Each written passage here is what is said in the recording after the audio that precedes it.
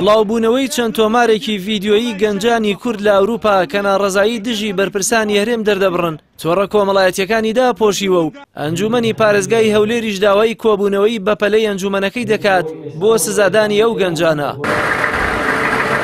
لە دوای ڕووداوەکانی 16 ئۆکتۆبەر چەند گەنجێکی کورد لە ئەوروپا شێوازی ڕەخنە و ناڕزایەکانیان دژی دەسەڵاتدارانی هەرێم گۆڕیوە بۆ تۆمارکردنی ڤیدیۆ و وتنەوەی دروشمی ناڕزایی وەک خۆیان دەڵێن هەڵڕشتنی خەمی 26 ساڵی ڕابردوویان کە بەهۆی بێباکیە و دەسەڵاتدارانەوە خاکی نیشتیمانیان لە ڕێگەی هاتوونەهاتی ئیلجەوە جێهێشتووە.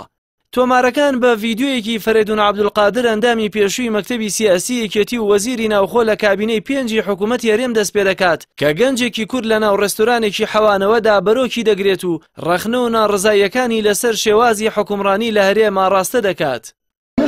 تۆ بەرپرسێکی تۆ داکۆکی ناکەی جەناب تۆ غەدر ناکەم کاک فەرێدون ئازانی چی من هەر بەرپرسێک داکۆکی نەکرد بێ لە مافی خەڵک کوڕم تۆمارکردنی ئەو ڤیدیۆیانە بە شێوازی پلان بۆ داڕێژا و ئامادەکاری پێشوەختەیە بۆ بڵاوکردنەوەیان بۆ ڕایگشتی و خەڵکی هەرێمی کوردستان. ڤیدیۆی دووەم لە کاتی چوونی شاندێکی حکوومەتی هەرێم بە سەرۆکایەتی نێچیروان بارزانی و جێگرەکەی قوبات تاڵەبانی بوو بۆ بەرلینی پایتەختی وڵاتی ئەڵمانیا لە دوای شکستی ڕیفراندۆم و ڕووداوەکانی 16 ئۆکتۆبەر کە گردبوونەوەیەکی ناڕزایی کوردانی ئەوروپا لە بەردەم قافڵەی ئۆتۆمبیلەکانی وەفدەکە ڕێکخرا و دروشمی ناڕزاییان دەوتەوە و دواتریش تۆمارەکە تۆڕە کۆمەڵایەتیەکانی داپۆشی و بووە جێگەی سەرنجی خەڵکی هەرێمی کوردستان. ومێدەوارین کە ئەمڕۆ ئەم ببێتە فشارێک بۆ حکوومەتی ئەڵمانیا بتوانێت ئەمەمان بە هەند لێوەربگرێت و ئەو درۆ و دەرەسەیە کە بە ناوی کوردەوە لێرایکەن کە بۆ سوالکردن هاتوونەتە ئێرە و هەر هەمووشی بۆ گیرفانی خۆیانە ومێدەوارین جێگەی خۆی بگرێت.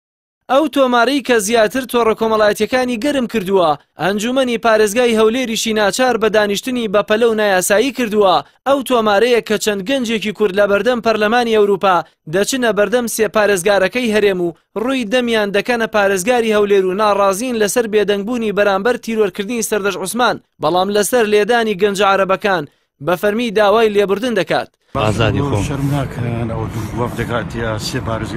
بەشی دووەمی تۆمارەکەش کە زیاتر تۆڕە کۆمەڵایەتیەکانی هێژاندووە هێرشکردنی دلاوەرئاژگەیی نوێنەری حکوومەتی هەرێم لە یەکێتی ئەوروپا و زانا هەڵۆ کووردە بەرپرسی پەیوەندیەکانی حکوومەتی هەرێمە لە یەکێتی ئەوروپا بۆ سەر ئەو گەنجانە و مشتومڕی ئەوەی ئەو گەنجانە چۆن زانیویانە ئەو وەفدەی هەرێم دەچنە پەرلەمانی ئەوروپا. ئازادی خۆم شەرم ناکەن ئەو وەفدەکاتیا سێ پارێزگارە کوردستان خزمەتی ئەو میلەتەی بکەن خەڵک دێنە بەر دەرکەی دوا چوو بەنگۆی گوتی ئەوان هاتینێرە خەڵک نینە هاوڵاتینە هاوڕاتی کابراکی بەلژیکی مافیەوە نێبێ مزارە بکە لە پێش کابراکی کوردستان بەڕاستە مزارە لە وڵاتی دەژی هاوڵاتی بوونی وڵاتی نازانانی تو کوردنی ئەمە مافی خۆم تۆ تێدەگیری چێ؟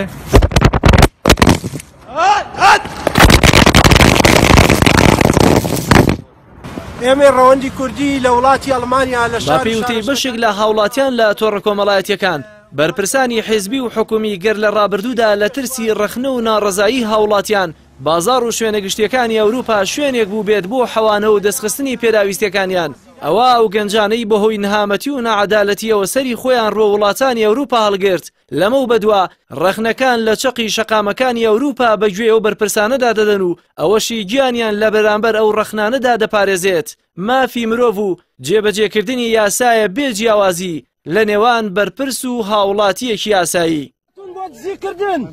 ئێوە هاتوون بۆ سوالکردن